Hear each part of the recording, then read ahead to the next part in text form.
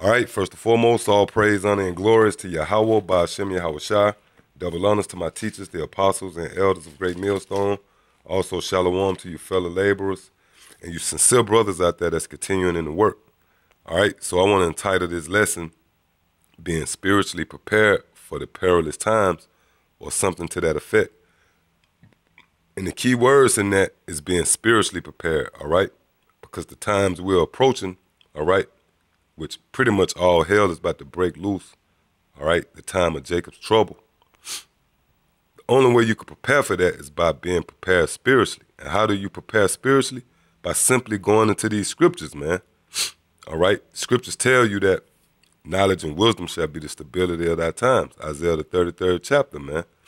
All right, for example, you know, the Heavenly Father might have you faced with certain obstacles in the times to come where you might not be able to eat, man, for a couple of days or maybe a week, man.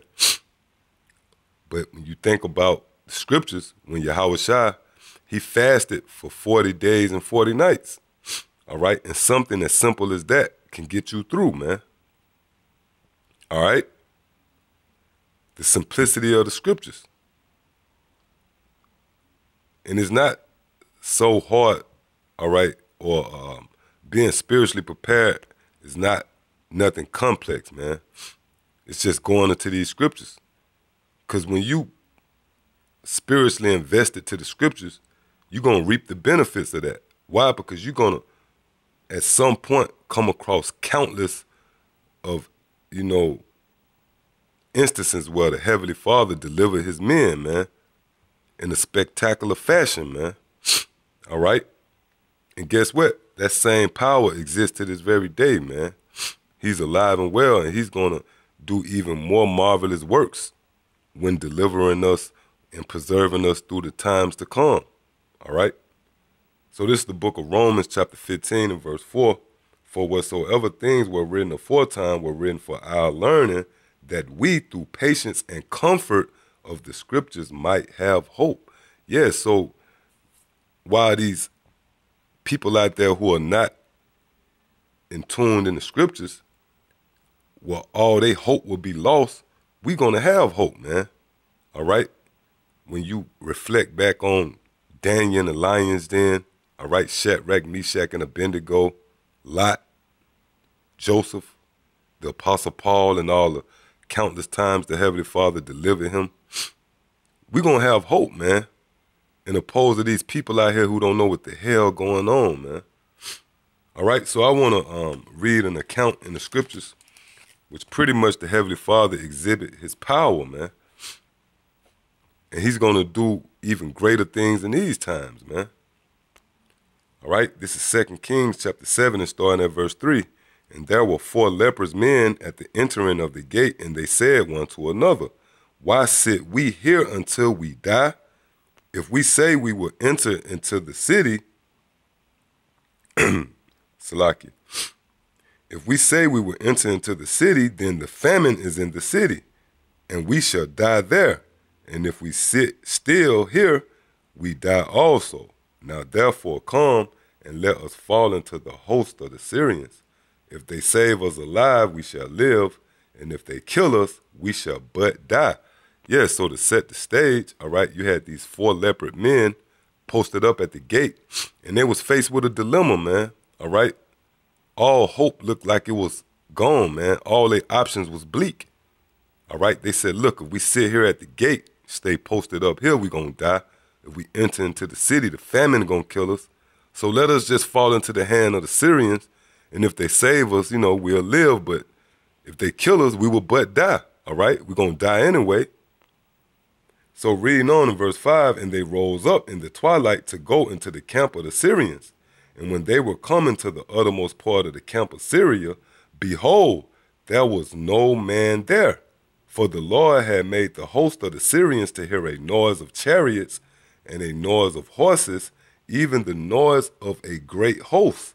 And they said one to another, lo, the king of Israel have hired against us the kings of the Hittites and the kings of the Egyptians to come upon us. Wherefore they arose and fled the twilight and left their tents and their horses and their asses, even the camp as it was, and fled for their life. So you see, the Heavenly Father, all right, in his marvelous works, all right, and hey, the Heavenly Father do things dramatic, all right? Here it is, these poor, lowly, leopard men who had no hope, all right? They was getting ready to just pretty much put their life in the hand of the heathens, but the Heavenly Father had it, the night before, the Syrians heard noises like they was being invaded, so they jumped up and left everything. They left their tents, they left their horses, and everything, and fled in the night, fleeing for their life, all right? So, okay, reading on in verse 8, and when these lepers came to the uttermost part of the camp, they went into one tent and did eat and drink and carried thence silver and gold and raiment and went and hid it and came again and entered into another tent and carried thence also and went and hid it. So you see, the Heavenly Father set it up beautifully, man. Where the 4 leopard men didn't have to lift up a finger, man. All they had to do was just go, man. And the Heavenly Father had everything laid out to them. All right, here it is. They was at the brink of dying from starvation, and they went into the Syrians' camp, all right, pretty much expecting to be either killed or being at the mercy of the Syrians, all right? But the Heavenly Father set the stage where they was able to eat, drink, and take gold and silver, man, all right? And that's going to happen in these times. Stories like that is what's going to strengthen you, man. And I'm pretty sure guys out there who call themselves Israelites don't even know about that story, man. In the marvelous works of Yahweh Ba'ashem Yahweh Shah. There's going to be times where we going to be out here and we're going to stumble across houses filled up with all type of goods, man. So you can't carnally prepare for what's going on. You can't be in the spirit of a doomsday prepper because, hey, those doomsday preppers, they saving up all that for us, man. We going to stumble up on their house and eat everything they've been saving up for the last 10, 15 years, man. All right? The Heavenly Father is great, man. And the reason why this story is in the scriptures, because it's going to happen for us, man.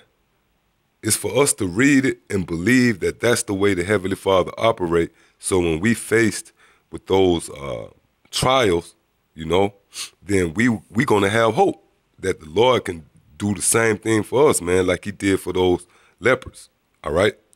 So, yeah, I hope this was a comforting lesson, all right, to the Akim out there, and to the next time I say Shalom.